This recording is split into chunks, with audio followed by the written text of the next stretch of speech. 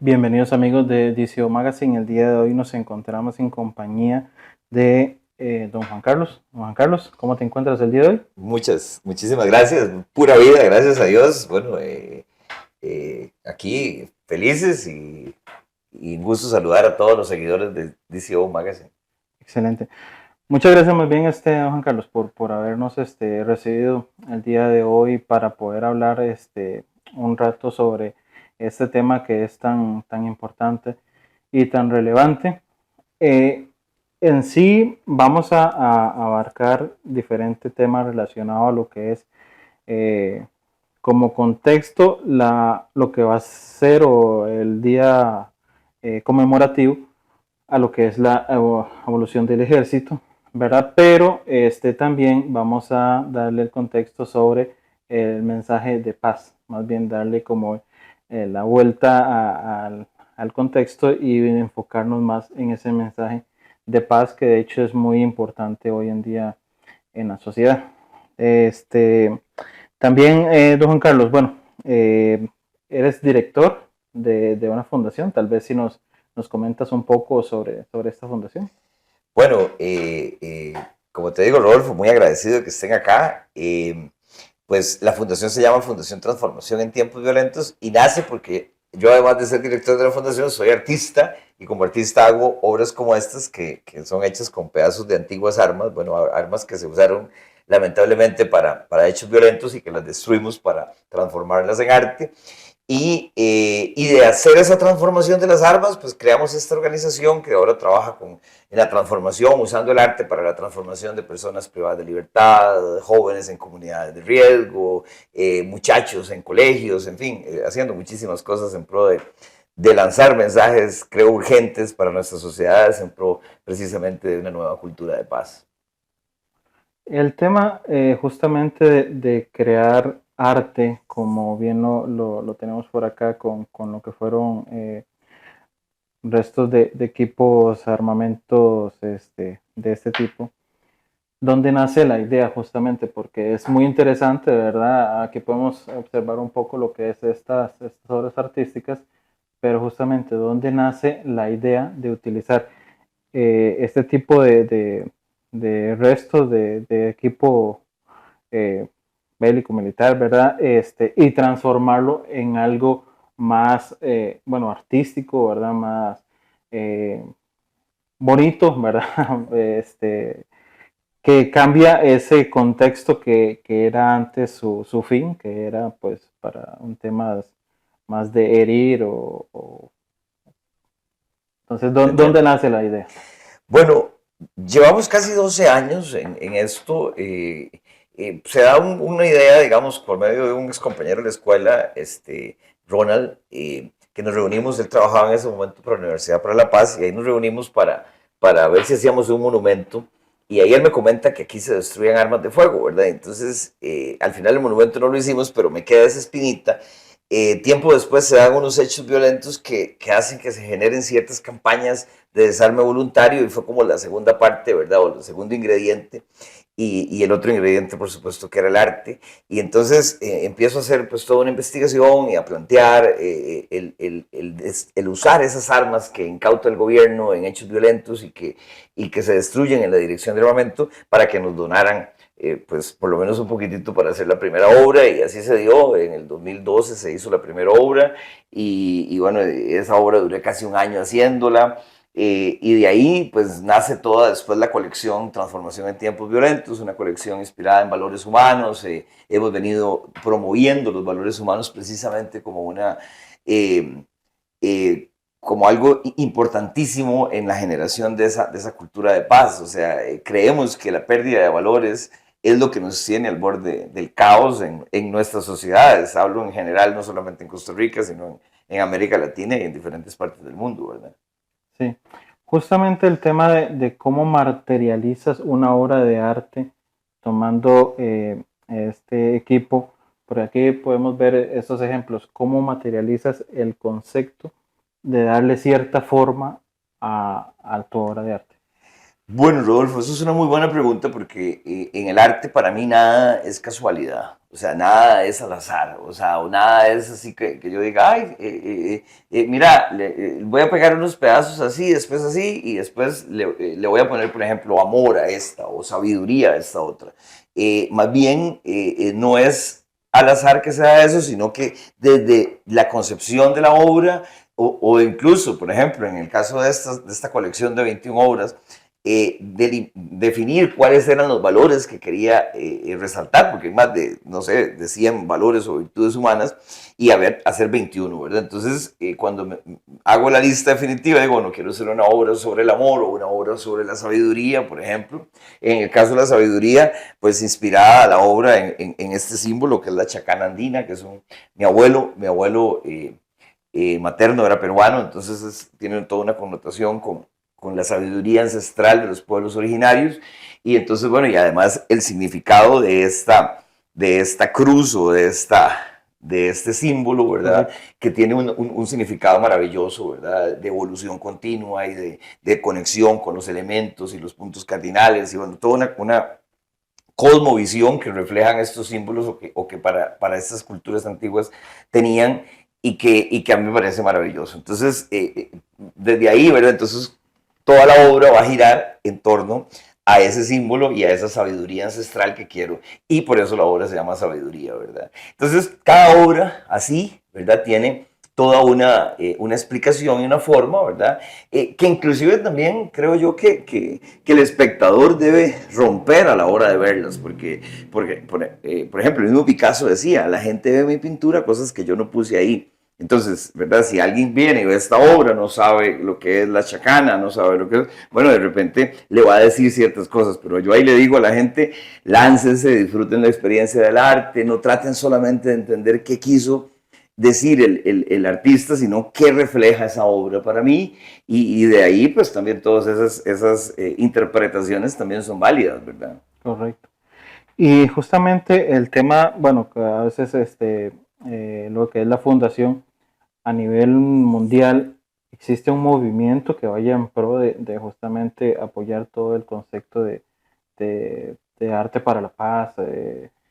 Bueno, en todo esto hemos encontrado muchísimas organizaciones que hacen muchísimas cosas en pro de la paz, en pro de la no violencia, en pro de la eliminación de las guerras, de las armas nucleares, en fin, hay muchísimas causas y es maravilloso.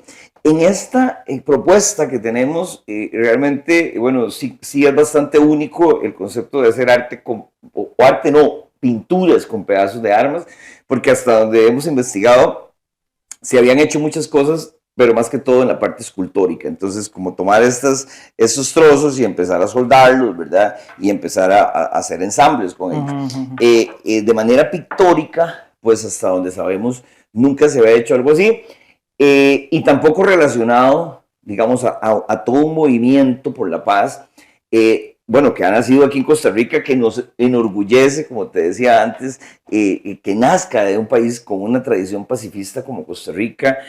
Cuando uno va a otras latitudes, a la gente le parece extraordinario que un país tan pequeñito haya tomado, por ejemplo, la decisión de abolir el ejército, que haya, bueno, a través, ¿verdad?, incentivado la paz en Centroamérica, bueno, y cómo nuestro país tiene esa referencia internacional hacia la paz. Entonces, pues también nos enorgullece que esta propuesta vaya de aquí para el mundo, pero sin duda que es una propuesta muy urgente, muy actual, en el sentido de que el mundo gasta más de 7.000 billones de dólares anuales en armamento, y ahí está el dinero para poder realmente hacer una transformación global, educar a la gente, dar trabajo, de esta manera paliar el tema del hambre, de la pobreza, construir un mundo más equitativo y bueno, donde también invirtamos en la cultura, en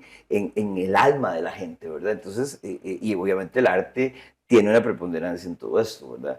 Y bueno, hacemos muchísimas cosas. El movimiento Art for Change, pues es un movimiento que, que hemos iniciado y lo adelantamos en media pandemia porque pues estamos planeando hacer ya no solamente cuadros como estos que igual son grandes, pero si no estamos pensando hacer murales con pedazos de tanques y helicópteros militares y todo, para precisamente generar todo un movimiento internacional que genere la conciencia en nuestros gobernantes y en el mundo entero sobre la necesidad de disminuir el gasto militar y, y armamentista e invertir en cosas positivas para nuestro planeta. Don Juan Carlos, ¿existe un movimiento mundial referente a lo que es la paz que comparta los valores de tu fundación? Sí, sí, cómo no, hemos ido identificando, bueno, muchísimas organizaciones y muchísimas entidades que promueven la paz, que promueven la eliminación de las armas nucleares, que promueven la eliminación de las guerras, que promueven la paz, que promueven la no violencia. eh, y bueno, con algunas de ellas nos hemos unido, sabemos que deben haber muchísimas más y esperamos más bien irles conectando, porque para nosotros la idea de poder generar una transformación global a través del desarme y a través de muchas cosas, porque creemos que primero es necesario desarmar el planeta, es necesario parar el gasto militar y el gasto armamentista. Se gastan más de 7.000 billones de dólares anuales en armas. Es un mundo proguerra, es un mundo que para mí va condenado a su propia autodestrucción. Y entonces, bueno, ¿cómo hacer conciencia en todo esto? De que el camino es ese, ¿verdad? Unir esfuerzos, trabajar juntos, invertir en lo que realmente es importante, en la gente, en la educación, en la cultura, en el arte y generar una gran transformación. Entonces, bueno, esperamos que más bien nuestra organización también sea un punto de encuentro de muchas de estas organizaciones para unirnos, para trabajar juntos. La propuesta de desarmar, bueno, al menos desde mi trabajo, pues he usado más de 1 tonelada de trozos de armas en generar obras que generen esta conciencia sobre la paz y sobre el desarme. Y bueno, el otro año espero ya hacer el primer mural hecho con pedazos de tanques, de armamento militar, de helicópteros, es un mural de más de 100 o 200 toneladas, ¿verdad? O sea, y bueno, acompañado de un espacio para también generar toda una transformación en el lugar donde se va a ubicar. Entonces, pues creo que más bien estamos empezando en toda esta lucha por la paz, pero bueno, muy positivos porque pues creemos que ese es el camino, ¿verdad? Generar esa sinergia, esa unión y esa conciencia global de que hay que, bueno, invertir en lo importante y bueno, veremos los cambios, ¿verdad? O sea, creemos también que nuestros países, al menos en América Latina, se apuesta más por la parte represiva, ¿verdad? Que por la parte preventiva. Bueno, yo creo que si empezamos a cambiar un poco eso, pues vamos a ver también muchos resultados diferentes. Viendo estas obras de arte que has desarrollado y también el tema de los pedazos de armamento, ¿dónde sale el origen para poder llevar a cabo estas obras de arte? ¿Dónde fue el detonante para poder iniciar en este proceso de convertir las armas en obras de arte? Bueno, como te decía, nace, digamos, de esa reunión en la Universidad para la Paz, pero ahí queda como esa espina, ¿verdad? Después se dan algunas cosas ahí, pues una campaña de desarme voluntario que empezaron a hacer en los principales medios de comunicación de acá. Y bueno, entonces empezamos a plantear, ¿verdad?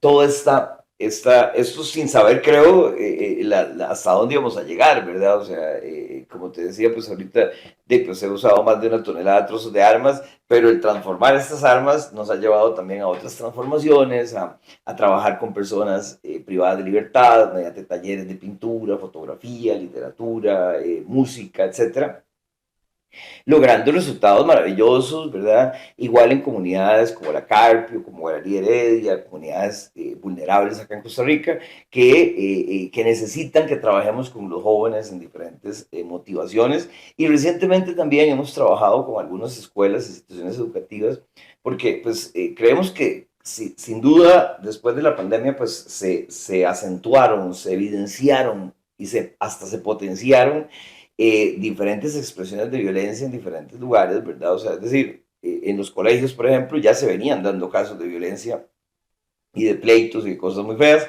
pero creo que la pandemia lo extrapoló, ¿verdad? Lo hizo más grande y bueno, eso para mí nos señala que hay que trabajar fuertemente con los muchachos, inclusive no solamente con los muchachos, con sus familias, con un montón de cosas, para empezar a hacer toda una transformación ahí, basada en los valores humanos y basado en una serie de cosas, y también en el arte, que motive a esos muchachos, y en el deporte también, que motive a los muchachos a hacer cosas diferentes y a no creer, por ejemplo, que, que vendiendo drogas y todo esto van a llegar a tener éxito, ¿verdad? O un futuro provechoso, sino que realmente van a terminar mal, ¿verdad? Hace poquito estuvimos en una conferencia con el hijo de Pablo Escobar, quien vino anda dando unas conferencias en diferentes países, y él hablaba de que él, bueno, cuando empezó a ver cómo idolatraban a su padre, decía, pero mi padre no fue lo que yo, o sea, yo no quisiera que nadie sea como él, ¿verdad? Y entonces, bueno, cómo lo venden en estas novelas, y cómo fue una realidad, y cómo es la realidad realmente de los muchachos, los cuales haciendo hechos delictivos simplemente o van a terminar en una cárcel o van a terminar muertos. O sea, entonces, bueno, ¿cómo hacer conciencia con eso? Y en todo esto que les cuento, tenemos algunos ex privados de libertad que ahora están trabajando con nuestra organización y que damos charlas y damos cosas muy positivas, así que, pues bueno, cada vez tenemos más trabajo, ¿verdad? En toda esta misión por la paz. Cuando has trabajado con estas diferentes poblaciones, ¿qué ha sido lo más positivo y lo más negativo que has visto hasta el momento? Bueno, yo creo que prácticamente todo ha sido positivo. O sea, creo que uno va a querer enseñar y a compartir ciertas cosas con ellos, y todo lo contrario, recibís tremendas lecciones y aprendizajes y cosas maravillosas, ¿verdad? De vida. Y bueno, ver las reacciones de ellos, ir por a veces hasta por la calle y que alguien me llame, profe, ¿verdad? Y entonces, ¿verdad? Ya alguien que recuperó la libertad, que quizá ni siquiera estuvo en nuestros talleres, pero que veía lo que sucedía. Otros que sí que están, otros que incluso apenas salen me llaman bueno, eso es maravilloso porque a mí me demuestra que todos esos esfuerzos por llevar esos talleres, por hacer todas esas cosas positivas, tocó los corazones, ¿verdad? De esas personas, y, y me demuestra que si lo hacemos y que si nuestros gobiernos entienden que si hacemos ese tipo de programas y ponemos un montón de gente a trabajar en esto, vamos a ver cambios eh, en esa población, digamos, en la parte penitenciaria, pero igual en la parte de las comunidades, ¿verdad? Porque si seguimos permitiendo que chicos, muchachos, jóvenes sigan creciendo en entornos nocivos, donde al final casi son llevados a la delincuencia, bueno, si empezamos a cambiar todo eso y a dar otras opciones,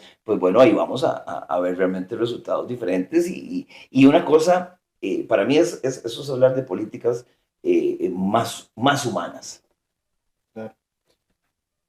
Cuando hablamos de tomar estos trozos y poder materializarlos en una obra de arte, ¿cómo llevas a cabo la idea? ¿Cómo llegas y colocas cada pieza en un lugar específico para que al final de la jornada se vea la obra de arte como está materializada? ¿Cómo llega esa parte artística a materializarse de esta manera? Muchísimas gracias, Rodolfo, por esa pregunta, porque a veces la gente piensa que en el arte contemporáneo o moderno todo es casual. Entonces, de repente yo digo, peguemos esos pedacillos ahí y veamos a ver qué sale, ¿verdad? Y dependiendo de lo que salga, entonces voy a pensar en el nombre de la obra.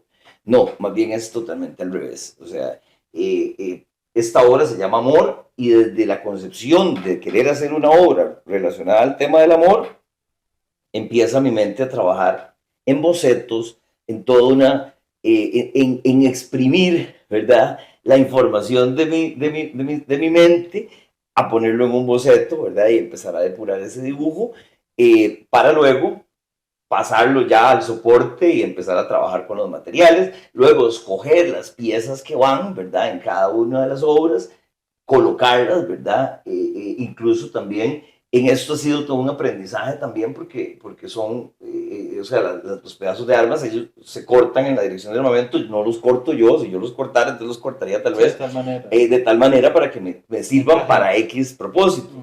Pero en este caso no, es como encontrar piezas de rompecabezas sin que las piezas estén a la mano, ¿verdad? Entonces hay que casi que bucearlas entre toda la cantidad que hay para encontrar las que van.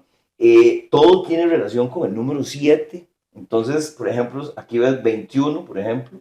Igual aquí, por ejemplo, 21, 21. O sea, porque todo, y así 7, 14, 28. O sea, porque creo que el número 7, dentro de esa transmutación que hacemos de cambiarles toda una forma para lo que fueron hechas, para lo que el mensaje que dan, entonces el 7 para mí es el número, bueno, es catalogado el número de Dios, el número perfecto, entonces, bueno, todo para mí está relacionado al 7 en esa numerología transformadora que queremos reflejar, ¿verdad? Entonces todas las piezas, como decís, están contadas específicamente también para que así se logre, ¿verdad? Inclusive, por ejemplo, lo vemos en esta pieza, por ejemplo, que de las colecciones nuevas, esta se llama, una serie que se llama Plegarias. Esta se llama Plegaria con Luna. Y por ejemplo, aquí vemos, hay 14 piezas aquí abajo. Esta parte de la vela tiene 7 piecitas y eso está conformado por 21 piezas. Entonces, todo está contado para que realmente demos ese efecto. Y estos son cañones convertidos en velas para dar luz, esperanza, paz, ¿verdad? Eso es de lo más nuevo que estamos haciendo, que inclusive tenemos algunos de estos disponibles para la venta, porque de estos grandes, esos más bien queremos hacer en un futuro un museo por la paz aquí en Costa Rica, y bueno, entonces más bien eso no está a la venta y la idea es que sean la base de ese museo. ¿Cuántas de estas obras artísticas, bueno, materializadas con lo que es la parte bélica, por decirlo así, se han mostrado acá en Costa Rica? Bueno, hemos hecho tal vez más de 30 exposiciones en diferentes eventos. Bueno, cuando se lanzó la colección, ¿verdad? Se participó en un evento internacional Pro Desarme de la ONU. Estuvimos también en, bueno, exposiciones en el Museo de Alajuela, en el de Liberia, en el de Cartago, y bueno, casi que todos los museos del país, principalmente buscando los museos que antiguamente eran cuarteles, ¿verdad? Y que pertenecieron al antiguo ejército. Entonces, buscando lugares que también se transformaron, ¿verdad? Hace un tiempo vino un gran amigo que se llama Gilbert Cáceres, un gran cantautor de Salvador, y estuvimos en el Museo de Liberia en un evento, y entonces él decía, bueno, ¿cuándo en mi país, verdad? Recientemente hizo una canción, pues que para mí es dedicada, bueno, a nuestra causa, pero también a la paz de nuestros pueblos, a la transformación. Se llama Hoy Canto por mi Tierra, y precisamente menciona, y todos los cuarteles eran museos de arte, ¿verdad? Entonces, haciendo esa transformación, que prácticamente pues, nuestro país es único en el mundo en cuanto a eso, ¿verdad? Pero hemos participado en muchísimas exposiciones en pro de la paz, hemos organizado festivales, hemos organizado, bueno, lo que es el movimiento Art for Change internacional, bueno, que me decías antes también, también hemos organizado muchísimas cosas y seguiremos, ¿verdad? Esto para mí está empezando. Cuando nos comentas de este artista en relación a lo que es la música, ¿quiénes son justamente los artistas que están detrás de las obras? ¿Cuántos son tus colegas relacionados a este movimiento? Bueno, detrás de las obras solo yo, porque soy el único que hace arte con armas. Tengo, pues, por ejemplo, Lito Mendoza, que es un joven artista que empezó con nosotros a los 12 años en la Carpio y ahora tiene 19. Pues a veces viene y me echa una mano con algunas cosas en el pegado de los trozos, pero todo lo que es la parte pictórica siempre he sido yo el que manejo todo eso. Con la fundación, pues sí, trabajan diferentes personas y diferentes artistas de diferentes disciplinas, ¿verdad? De entre los cuales, por ejemplo, entre los músicos está Gilbert en El Salvador, Gilbert Cáceres, aquí en Costa Rica, Francisco Murillo, de Realengo, Fernando Bonilla, eh, Pilo Mora, por ahí se ha sumado en algunos momentos, bueno, Felipe Vega en la parte musical, en la parte literaria Andrés Ramírez, Clara Sánchez, en la parte de fotografía, Hazel Montenegro, Pedro Valderrama, y así, ¿verdad? Bueno, diferentes artistas que se han sumado, inclusive Cristian Mejía, como hace percusión corporal, entonces, bueno, estuvimos dando unos talleres antes de la pandemia, ahora dimos un taller hace poco en conjunto con el ICD, en una escuela en San Miguel de Desamparados, entonces, bueno, siempre estamos haciendo cosas y uniones con muchos artistas, porque te lo decía, así como visualizo que la fundación sea el punto de encuentro de muchas organizaciones, también ya lo es un punto de encuentro de muchos artistas que suman sus talentos, que se unen a esto y que hemos demostrado, ¿verdad? Inclusive hemos hecho cosas que trascienden al arte, ¿verdad? O sea, por ejemplo, antes de la pandemia, a través de Zuli Cordero, quien es propietaria de una escuela de idiomas que se llama PAI de Costa Rica, estuvimos dando clases de portugués, tanto en la cárcel de mujeres como en la cárcel de hombres. Y bueno, y graduamos los primeros, un año entero se les dio portugués y salieron hablando portugués. O sea, cosas que yo creo necesarias en pro de esa, porque, digamos, creo que esto no es solamente arte, ¿verdad? El arte es como el gancho que nos conecta, pero, por ejemplo, a todas estas poblaciones creo que hay que capacitarles y darles y enseñarles idiomas, y enseñarles opciones laborales que les permitan también insertarse en una sociedad que muchas veces lo que hace es cerrarles puertas. Entonces, les cerramos puertas y ¿qué les queda? Volver Sí, a las malas juntas y a los ciclos negativos y otra vez a delinquir.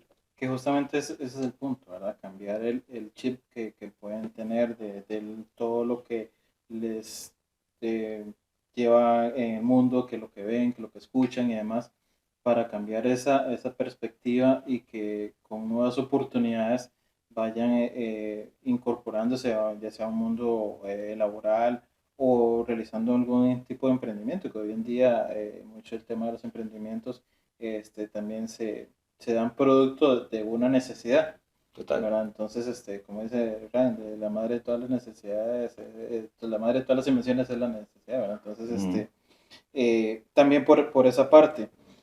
Un punto que también queríamos abarcar en este video podcast va relacionado justamente con lo que es la abolición del ejército, ¿verdad? De hecho, ahora en los próximos días, de hecho este podcast va a salir un día antes de esta fecha conmemorativa para este año 2022 y justamente con hablar este tema de lo que son la abolición también conlleva el tema de que hoy en día está el tema, lo que comentamos, la guerra entre pandillas, de hecho también se da, el tema de las drogas, el tema de los delitos, de lo que se ve en las noticias, ¿verdad? A nivel de sucesos también, ¿verdad? Por ese sentido. Y que de hecho eso es parte de lo que los jóvenes están expuestos, ¿verdad? Justamente también lo mencionabas en este tema del hijo de Pablo Escobar, ¿verdad? Cómo agarraban una novela y lo idolatran cuando más bien es una situación de que eso tiene que tener otra perspectiva, no más bien como un manual de cómo hacer las cosas, porque yo considero que una novela de ese calibre lo que termina siendo es un manual de cómo hacer las cosas.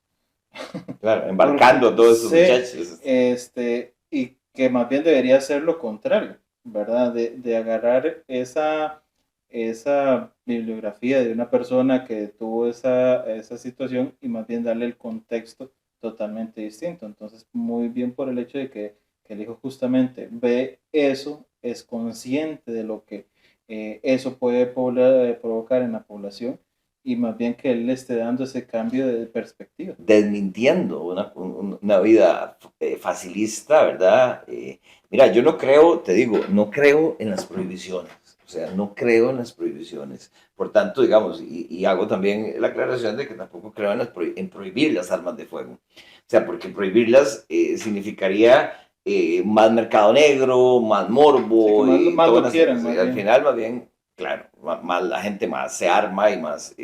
Además, siempre he creído que digamos, las armas en manos de los jóvenes y en manos de pandillas y en manos de Lampa, pues son las que causan más daño, ¿verdad? Entonces, bueno, todo un tema ahí donde creo que hay mucho por hacer y generar conciencia, ¿verdad? Pero no creo en esas prohibiciones. Es más, creo que incluso el tema de las drogas tiene que empezarse a manejar a nivel regional de una manera distinta, ¿verdad? O sea, y empezar a ver qué tipos de drogas podrían legalizarse. Creo que sería una manera maravillosa de debilitar las bandas, las mafias, el narco, y bueno, y empezar también hacer cambios, porque al final eso tampoco nos está llevando a nadie, a nada, ¿verdad? O sea, hay gente que dice, hagan más cárceles, sí, claro, sigamos metiendo gente en las cárceles, o sea, y las cárceles son universidades del delito, no son lugares de transformación.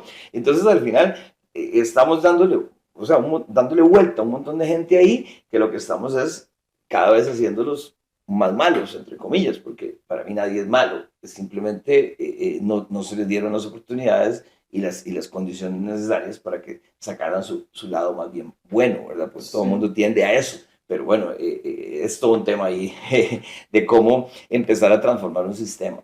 sí. De ahí justamente, y que ahora lo mencionabas en el tema de que has trabajado con la población estudiantil, el mensaje para los colegios, ¿cómo crees que ha calado esto justamente en ellos para que empiecen a ver esto justamente de otra perspectiva y no como algo de que un fin a realizar, sino más bien dándole la vuelta al punto? Bueno, Rodolfo, para mí, vamos a empezar, digamos, el trabajo en la parte educativa debe ser enorme. O sea, yo creo que los sistemas educativos actuales no están motivando a nuestros muchachos de la manera en que deberían. Son muy repetitivos, hay mucha información que al final no sirve para nada. Y me perdonan si digo esto así como tan honestamente, pero ese es mi punto de vista. Un montón de papeleo y un montón de cosas que no están llevando a nada.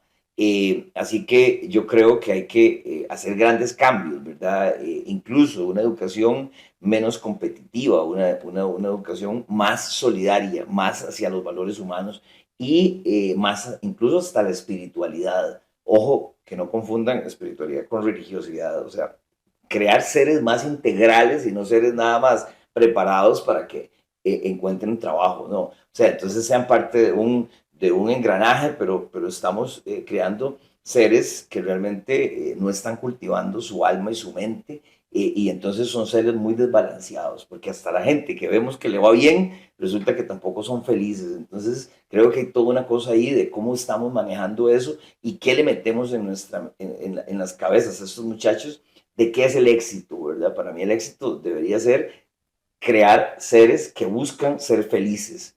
Y eso no lo estamos logrando en la parte educativa. Entonces, desde ahí es un cambio monstruoso el que hay que hacer en la parte educativa de Costa Rica y de los demás países de América Latina.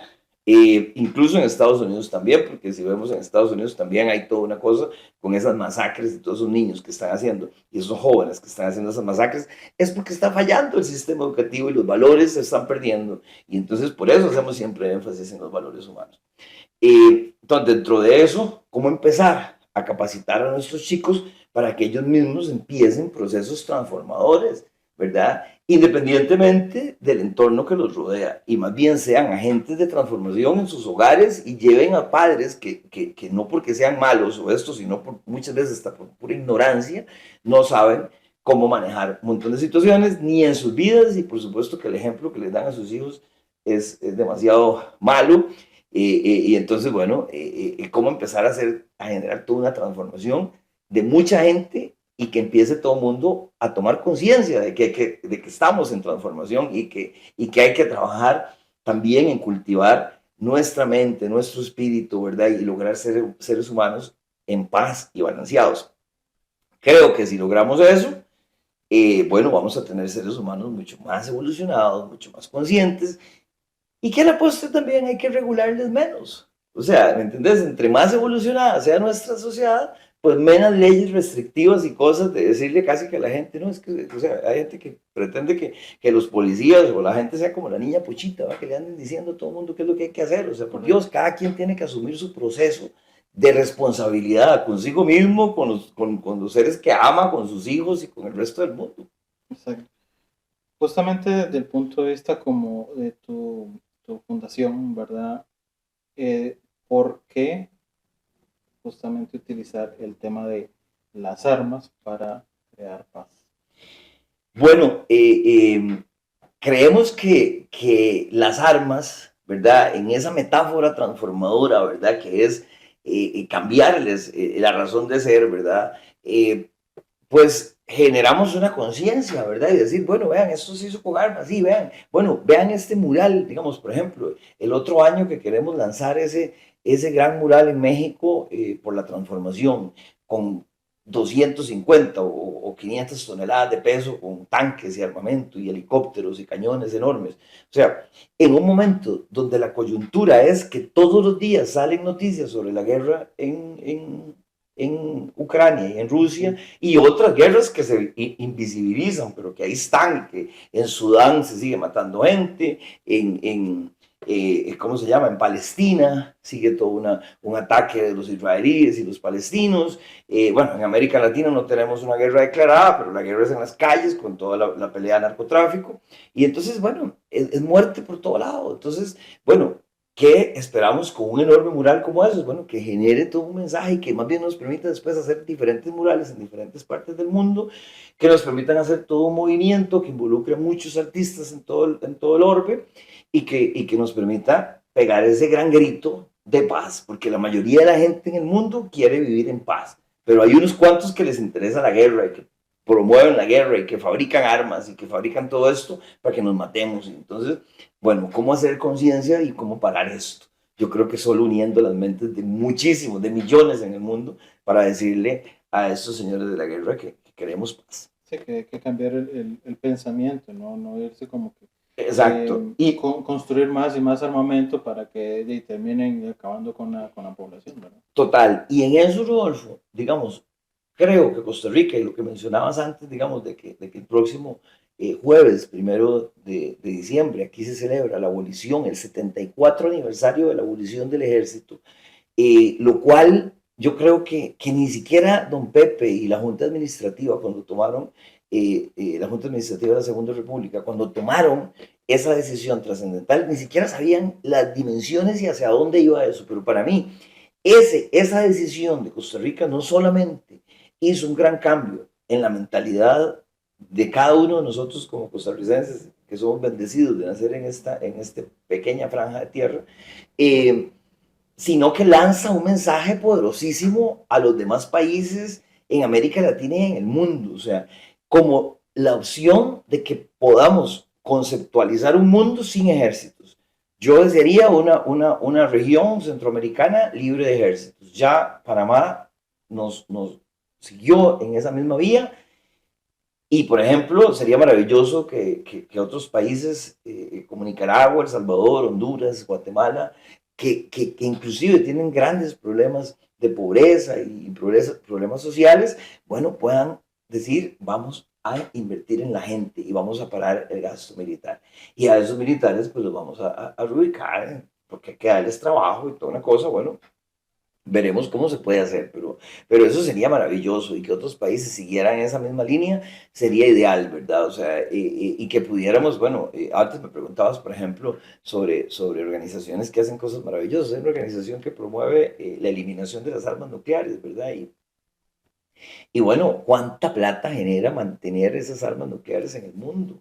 ¿Verdad? Mantener esos hangares donde están y la seguridad y todo, bueno, son costos elevadísimos que podrían pagar cualquier cantidad de cosas. Y que también de hecho utilizan ese conocimiento que tienen, ese tipo de arsenal para ejercer presión sobre diferentes situaciones y decisiones a realizar, ¿verdad? Por ejemplo, lo vemos en el caso de la guerra ahorita con Ucrania. Claro, es una intimidación, pero es una intimidación donde también no solamente lanzas un mensaje de terror para el país donde le van a tirar la bomba, sino para el resto del mundo, porque las bombas que se usan ahora o que hay ahora de potencial son cientos de veces más poderosas de las que se usaron en Japón. Y bueno, entonces, ¿cuánto daño podrían causar al resto de la humanidad entera? O sea, es que, bueno, es para mí demasiado inconsciente tener ese tipo de armamento, tener ese peligro latente ahí que nos afecta a todos, ¿verdad? Que nos pone en peligro a todos y que al final, pues bueno, pues creo que sería, dormiríamos todos mejor sin tener eso y además recortar esos enormes gastos y poder esa plata pues invertirla en otra cosa, ¿verdad? Y en generar esa transformación que realmente deberíamos estar trabajando, inclusive cosas también en la parte de la naturaleza, el daño ambiental, el cambio climático, en fin, toda una serie de cosas que deberían ser primeros en la agenda pero ahí los primeros en la agenda son los ceros Sí, para justificar el gasto militar. Y las guerras como la de Ucrania, justificando ese gasto militar. exacto. Porque le sirve, perdón, a algunos cuantos que se frotan las manos porque están ganando muchísimo dinero con él. Y de hecho, no es la primera vez en la historia que eso se ve. De hecho, en la historia de justamente la fabricación de estas armas, en la antigüedad, cuando estaba el auge de la SCOL y todas estas que eh, seguían a cierto bando militar en Estados Unidos, por ejemplo, justamente para ver quién le vendía más. Ah, sí, bueno, y toda una cosa, ¿verdad? De los productores de armas que venden armas legales, pero también venden armas ilegales, y entonces le venden al malo, pero también le venden al bueno, o sea, entonces es toda una cosa ahí, de verdad, por eso te digo que se frotan las manos, porque al final están deseando que haya más guerra y que más bien ojalá la OTAN se metiera en todo el conflicto y se metieran más y se hiciera una guerra más grande, o sea, porque entre más guerra haya, pues más voy a vender, ¿verdad? O sea, pero Claro. bueno, yo creo que ahí también hay que cambiar esa mentalidad, ¿verdad? En la guerra, en la Segunda Guerra Mundial, Churchill en un discurso dijo, invitando a los empresarios, dijo, deja de hacer armas para la guerra, deja de fabricar lo que sea y fabriquemos armas para la guerra, ¿verdad? Porque era ante la amenaza latente de la figura de Hitler, ¿verdad? Como un dominador mundial y toda una cosa. En esos tiempos, yo creo que no tenemos ningún tipo de ese miedo o de esa Correcto. presión. Y entonces, más bien, yo le diría a los que fabrican armas y a toda esta gente, dejen de fabricar armas para la guerra y fabriquen cosas positivas para un mejor planeta para todos. Y yo creo que hasta ellos mismos ya tienen suficiente dinero, no creo que necesiten más.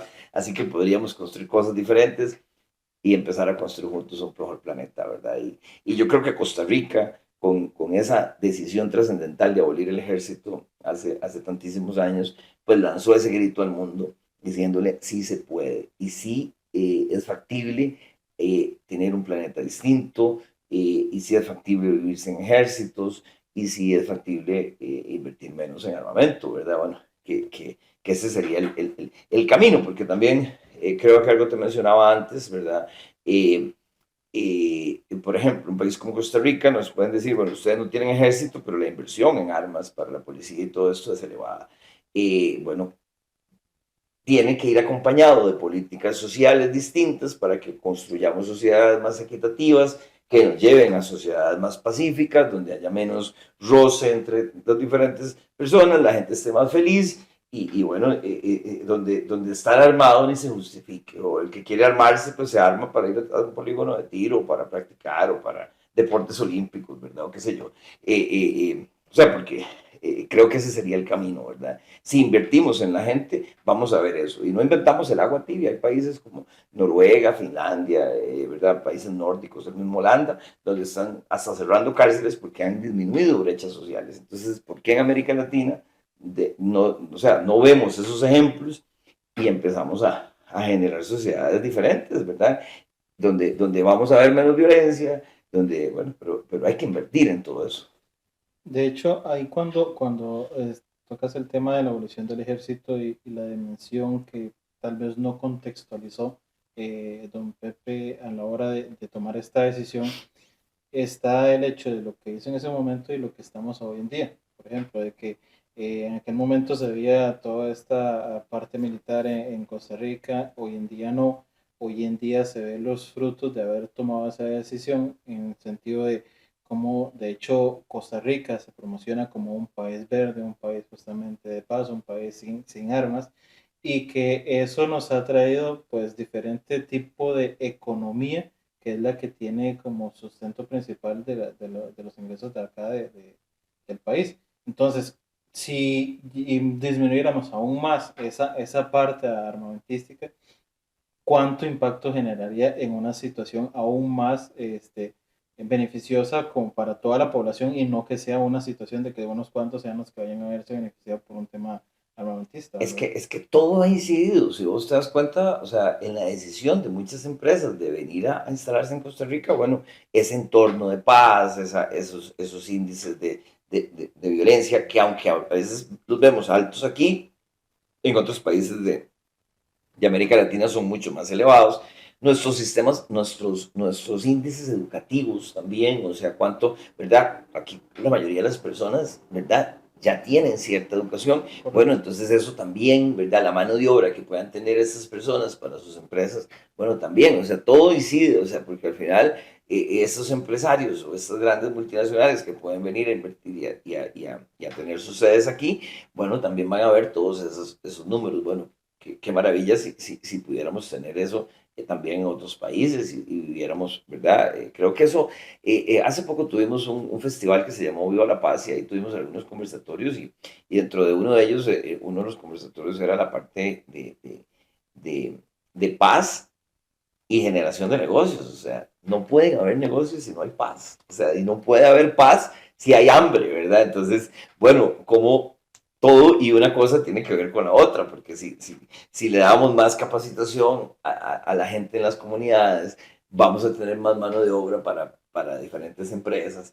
Y bueno, y también el que podamos tener un ambiente más pacífico, bueno, va a hacer que también vengan más empresas a invertir al país y surjan más cosas y además también empezar con los mismos muchachos a generar toda una, no solamente una educación que genere empleados, sino también emprendedores y que de aquí también puedan hacer muchísimas empresas, porque creo que esa es otra mentalidad que tenemos que ir cambiando a nivel educativo. O sea, no solamente que nuestros jóvenes aspiren a ser colaboradores o empleados de empresas, sino que sean también, que digan, no, yo quiero ser un visionario, un emprendedor, generar bueno, ahora que se pueden generar apps, Sí, la parte ¿verdad? digital. Toda una cosa Mm, que nace de ideas y que podemos, ¿verdad? Y que no tiene límites, ¿verdad? Pero el tema es que a veces hasta eso, nuestra educación es como para, ¿verdad? Usted es esto, sí que cuadrado. O te sea, encasillan casi, exacto, a que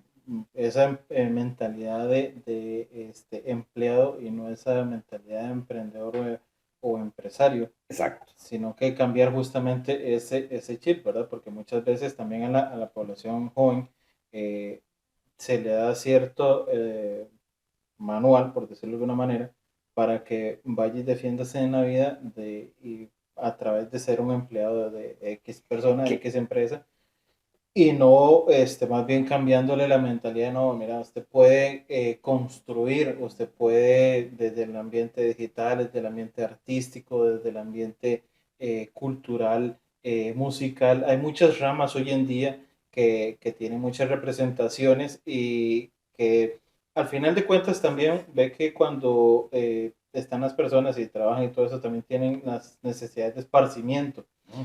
Entonces ya es donde empiezan a proliferar otras empresas donde justamente están empresas de obras de teatro, empresas musicales, empresas de obras artísticas que van desarrollando todo esto justamente para ese esparcimiento de las personas y que se liberen de ese estrés que también día a día se van generando, justamente de esto que hablamos de los sucesos, que te sucedió aquí, de esto y lo otro, entonces que todo ese estrés al final de cuentas hay que liberarlo de alguna manera para que no sigamos sintiendo esa opresión. Entonces justamente que las personas jóvenes, la población joven, vayan pensando también en que van desde una mentalidad de que, bueno, yo voy a hacer mi propio emprendimiento, mi propio jefe, pero desde el punto de vista que tenga también las herramientas para poder ir desarrollando. No solamente por seguir una tendencia que voy a ser mi propio jefe, que hoy en día también por redes sociales se puede ver, sea su propio jefe, pero no, te lo hacen ver de una manera fácil y en realidad no, las cosas no son tan fáciles, hay que trabajar justamente Bueno, para eso. hasta eso tienen que cambiar nuestros gobiernos y sus políticas y realmente tener apoyos para los emprendedores y para los futuros empresarios y que también todo eso, porque ser emprendedor o empresario en este país es dificilísimo, ¿me entiendes? O sea, con tantas cosas que piden y con tantos trámites y con tantas cosas, es muy difícil. Entonces, bueno, ¿cómo facilitar más bien que esta gente que se la juega, porque hay que jugársela para ser artista o para ser emprendedor o para tener una mini empresa o para trabajar en ideas propias, hay que jugársela de alguna manera, jugársela de muchas maneras y bueno, qué maravilla que hubiera todo un apoyo institucional para poder desarrollar esas cosas, cómo enseñarles un poco de marketing a esos muchachos que tengan ideas y decir, vea, usted no solamente hace falta tener una buena idea, sino también tiene que hacer un plan Plan estratégico de estratégico. negocios y tiene que aprender un poquito de mercadeo para ver cómo usted usa todas esas plataformas virtuales incluso para dar a conocer sus productos y para vender y para, bueno, para poder salir adelante y hacerlo crecer. Así, pues, cómo nacieron, ¿verdad? Mega empresas, ¿verdad? Como el mismo Microsoft, ¿verdad? En un garaje, ¿verdad? El mismo Apple con Steve Jobs, bueno, igual, en otro garaje, bueno, y cómo lograron después ser, o sea, multinacionales que venden millones de dólares, bueno, Y de hecho, justamente ahora que traes estos temas a colación, de hecho, quizá haciendo un poco de alarde Omeya del tema futbolístico, ¿verdad? Tanto el tema de estrategia, ¿verdad? Que se puede ver en este tipo de disciplinas, también como el hecho de arriesgarse hacia el éxito, ¿verdad? No, no solamente de que, bueno, sí tengo la idea, sino que creer en sí mismo de que vas a poder desarrollar la idea, de que tienes el conocimiento, tienes el contacto, o sea, tienes una serie de situaciones que al final de cuentas, basándonos en el tema de la educación, que la educación pues también es una cuna, tanto en la escuela, colegio y universidad, de no solamente el emprendimiento, el conocimiento, ¿verdad? Que te puede dar un profesor o un maestro, un libro, sino también está el hecho de que los contactos que llegas a generar en esos momentos, ¿verdad? De correcto. que conoces a un amigo, X situación, y que eso es en día de mañana, va a ser tu colega, va a ser un empresario con el cual puedes ir realizando diferentes tipos de emprendimientos, actividades, se van correlacionando. Qué importante eso que decís, porque, bueno, hasta eso, cuando, digamos, yo te digo, tuve la oportunidad de estudiar en colegios privados, en universidades privadas, ¿verdad? Y entonces el tener ese roce social con cierta gente que ahora tiene sus negocios y tiene sus cosas, bueno, te da ciertas oportunidades. Si estudiaste en un colegio público y si todavía ese colegio público está metido allá en un lugar fuera del área metropolitana, ¿verdad? Entonces, significa que entonces vivimos en diferentes Costa Ricas, diferentes Correcto, oportunidades, diferentes países dentro de un solo país, o sea, y donde unos tienen todas las oportunidades y otros no tienen casi nada. correcto. Y entonces eso es, o sea, no puede haber paz ahí tampoco. Claro, no, y que justamente hoy en día, ahora que tomas ese ejemplo, está el hecho de que estas poblaciones que han sido de más alejadas del área metropolitana, eh, hoy en día también se está cambiando el concepto porque, y ahora que hablamos del tema de esparcimiento, que la gente quiere hacer turismo, por ejemplo, el Claro. turismo acá a nivel de país, que Mm, de hecho es una de las situaciones que el Instituto de Conservación de Turismo realiza para promover parte también mm, que aquí se mueva más esa parte. Que justamente el tema de la pandemia generó un poco más ese movimiento, claro. que antes más era el tema de que viniera el extranjero y realizar el turismo correspondiente, pero que hoy en día se ve todo eso. Justamente esa parte que ahí ya se ven esos emprendimientos pequeños de que la gente de estos lugares van generando esa, este nuevo concepto mira, tengo cierto negocio en este lugar rural, es un concepto ya no solo la soda o algo así por decirlo, el tema gastronómico, sino ya es un concepto, que de hecho Mm, mucho se ve aquí en el área metropolitana, en lugares que van relacionados con un concepto, pero también en el nicho a nivel rural, que se va viendo como un concepto mm, más criollo también, porque de hecho es parte de lo que busca también la población. Si bien es cierto, a nivel aquí del área metropolitana buscan concepto, pero durante el día, de lunes a viernes, por ejemplo, pero para un fin de semana también buscan un concepto fuera de algo que les atraiga nada más un poco más de naturaleza, o conocer volcanes, conocer las playas, una playa que desconocían, que no fuera la típica playa que todo el mundo conoce, sino dar ese tema más de ir a conocer, de descubrir. Mira, Rodolfo, y a mí, en ese tema y en ese punto particular, bueno, creo que también tenemos que hacer conciencia en la gente de que ojalá consuman lo nuestro, ¿verdad? Y al decir lo nuestro no es que seamos xenofóbicos, ¿verdad? Sino que qué bonito más bien, digamos, en un paseo ir a comer a un mercado, ir a comer a un lugar más típico, ¿verdad? Y no al gran restaurante o quedarnos de repente en unos bungalows o en una cosa más en armonía con la naturaleza que en un hotel que genera un montón de contaminación en todo sentido. Bueno, entonces hasta en eso, ¿verdad? O sea, ahora que viene Navidad, por ejemplo, o sea, ¿por qué no comprar arte, ¿verdad? Y regalar aunque sea cosas, ¿verdad? Que no ir a comprar a una tienda productos extranjeros, ¿verdad? O sea, y bueno, para mí eso también va de la mano de esa educación y de esa solidaridad que debemos empezar a implementar en nuestras sociedades para ayudarnos entre todos también, ¿verdad? Y justamente en el tema del arte también viene el tema de ahora que comprar, el tema de los artesanos, que Ujú, en estos lugares rurales también se está dando ujú, este movimiento ujú, ujú, de los emprendimientos de artesanos, ujú, correcto. ¿verdad? Que bien es cierto, aquí estamos hablando de un tema artístico sobre las obras que realizas y demás, pero también ellos de cierta manera y cierta expectativa y visión del mundo generan también sus diferentes obras.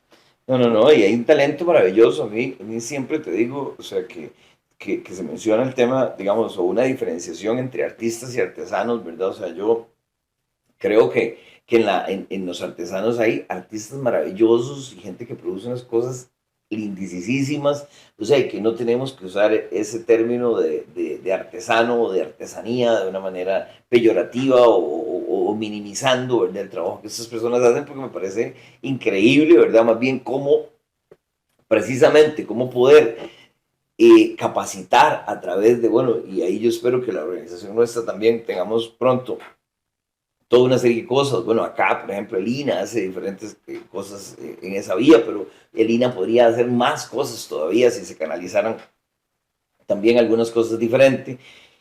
Y bueno, cómo usar una serie de recursos para capacitar a esta gente para que se profesionalice y que ese Correcto. productito que tiene, que es maravilloso, lo pueda inclusive vender fuera del país y en otros lados y en otros mercados, inclusive hasta más grandes, ¿verdad? Pero ¿qué pasa? Digamos, a veces hasta en la misma feria de artesanía lo que se ve son productos chinos, o sea, Ujú, copias. Y ujú. entonces, cómo eso también se come a nuestros artesanos y bueno, de todo un tema, ¿verdad? Pero Sí, bueno. no, perfecto. También, ¿qué mensaje le das justamente al meollo del tema que sería, por ejemplo, empezar la base, que es con la educación en relación a los educadores, hacia los jóvenes estudiantes? ¿Qué mensaje le das a ellos para que justamente se promueva toda esta idea del tema de desarrollo y cambiar armas por arte, ¿verdad? Y generar más bien de las obras, armamentística, generar el arte que se da ese concepto distinto. Bueno, dentro de lo que te decía antes de esa enorme reforma educativa que visualizamos, ¿verdad? Hemos venido apoyando ciertos grupos que trabajan en la gestión de cambio, gestión de paz, y así hemos este año trabajado con diferentes colegios tratando de ir creando una cosa que llamamos gestores de cambio y paz. Eh, lo de los gestores de paz en Costa Rica nace en una institución, bueno, la primera vez que yo lo escucho es en el Colegio San Jude, que es un colegio privado, y de hecho fuimos nominados a un premio mundial de UNESCO por eso, yo por la parte del desarme y ellos por ese programa de gestores de paz, y ahí yo empiezo a conocer un poquito sobre eso. ¿Qué es un programa de gestores de paz? Tradicional, digamos, es empezar a identificar chicos y jóvenes de diferentes niveles, ¿verdad? Y empezar a hacer grupos donde se capacitan en resolución pacífica de conflictos, en temas anti-bullying, en toda una cosa, ¿verdad? El liderazgo y manejo de la ira, bueno, un montón de cosas positivas. Eh, pero les voy a decir a ustedes una cosa, digamos, por lo que he visto, ¿verdad? Y hasta por mi propia experiencia, ¿verdad? Y yo a los 12, 13, 14 años, ¿verdad? O inclusive en la escuela, ¿verdad? Me ponen a mí a escuchar charlas sobre manejo pacífico de los conflictos y cosas de esas. Y bueno, si ahorita tal vez me daría un poquillo de pereza, yo creo que a esa edad, o sea, me duermo. O sea, y disculpen que lo diga de esa manera tan directa. Pero entonces, ahí es donde yo creo que tenemos que mezclar la parte de esa capacitación, que ojo, el que uno se pueda dormir o esto no significa que no sea importantísima Correcto. información, o sea, valiosísima y necesaria y urgente para nuestros muchachos. Bueno, pero ¿cómo poderlos llevar hacia eso? ¿Cómo poderlos motivar a que ellos más bien deseen esas charlas? Bueno, ahí es donde viene toda la parte artística y la motivación y el deporte y todo esto que cree programas donde estos muchachos se motiven de muchas maneras. También los profesores estén sean parte, porque, o sea, son vitales los profesores, o sea, muchos de los profesores en la parte pública, creo que de tanto luchar y todo, hasta ya se han cansado un poco, ¿verdad? Y entonces ya han dejado hasta de luchar un poco contra un sistema.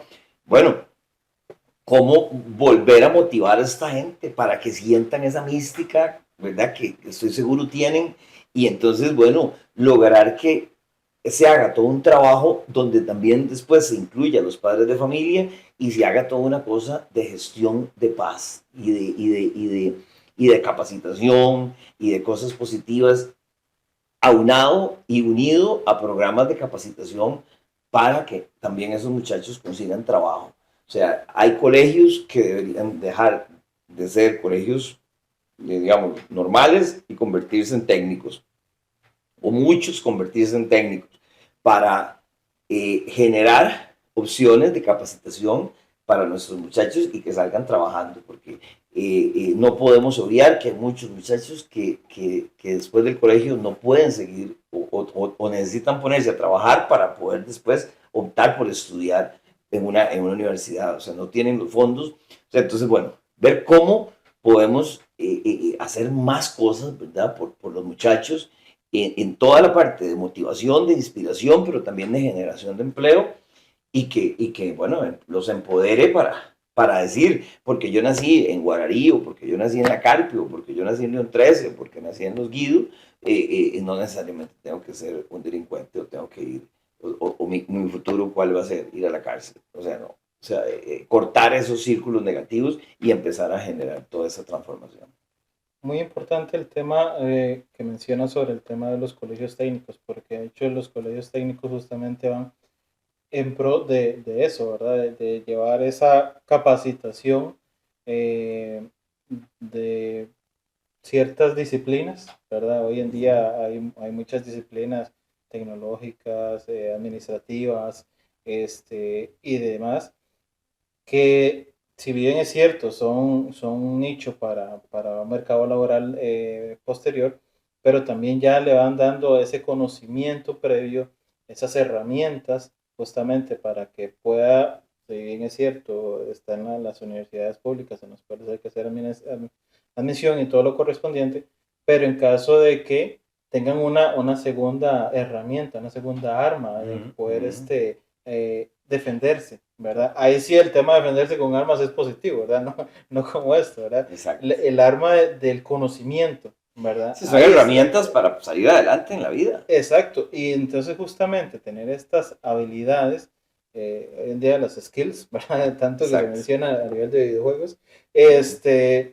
tener justamente esto para que el día de mañana te sirva como para hasta desempeñarte con un emprendimiento o como para incursionar ya en el ambiente laboral que te vaya dando ese inicio para poder ir estudiando más, capacitando más, para ya llegar a un punto que es el que ya anhelas, ¿verdad? En el Exacto. nivel de educación.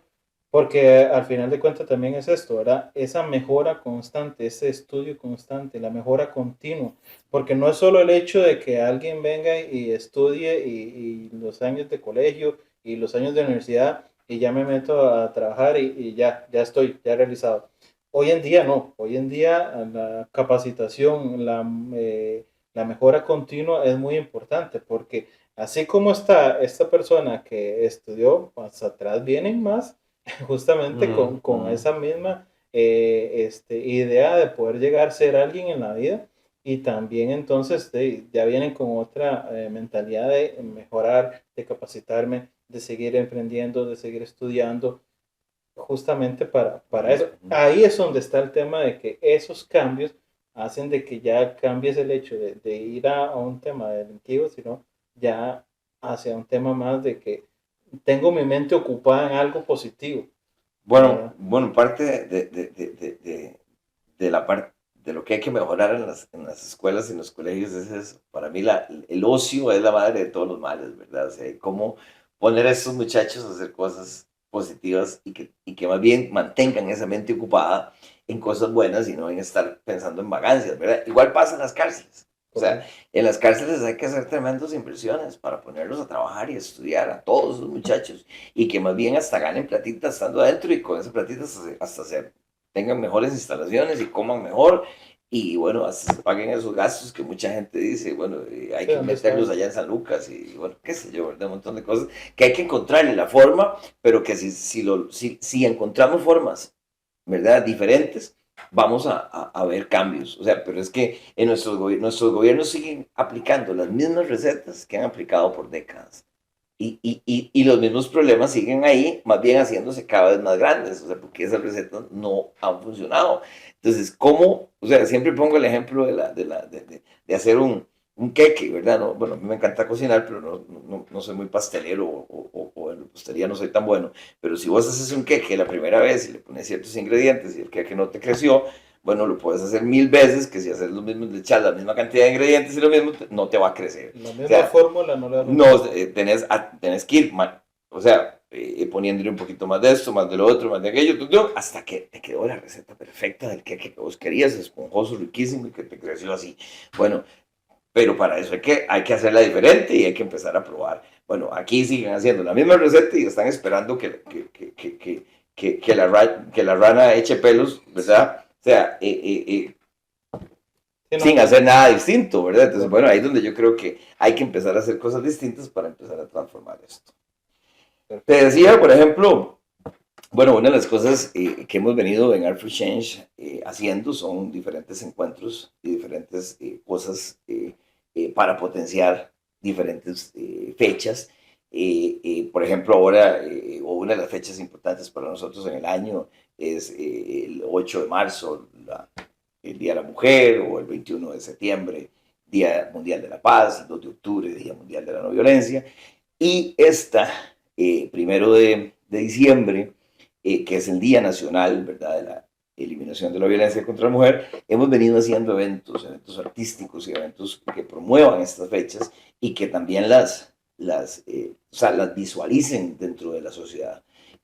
Para este 21, pero para este 1 de diciembre próximo, el jueves, ¿verdad?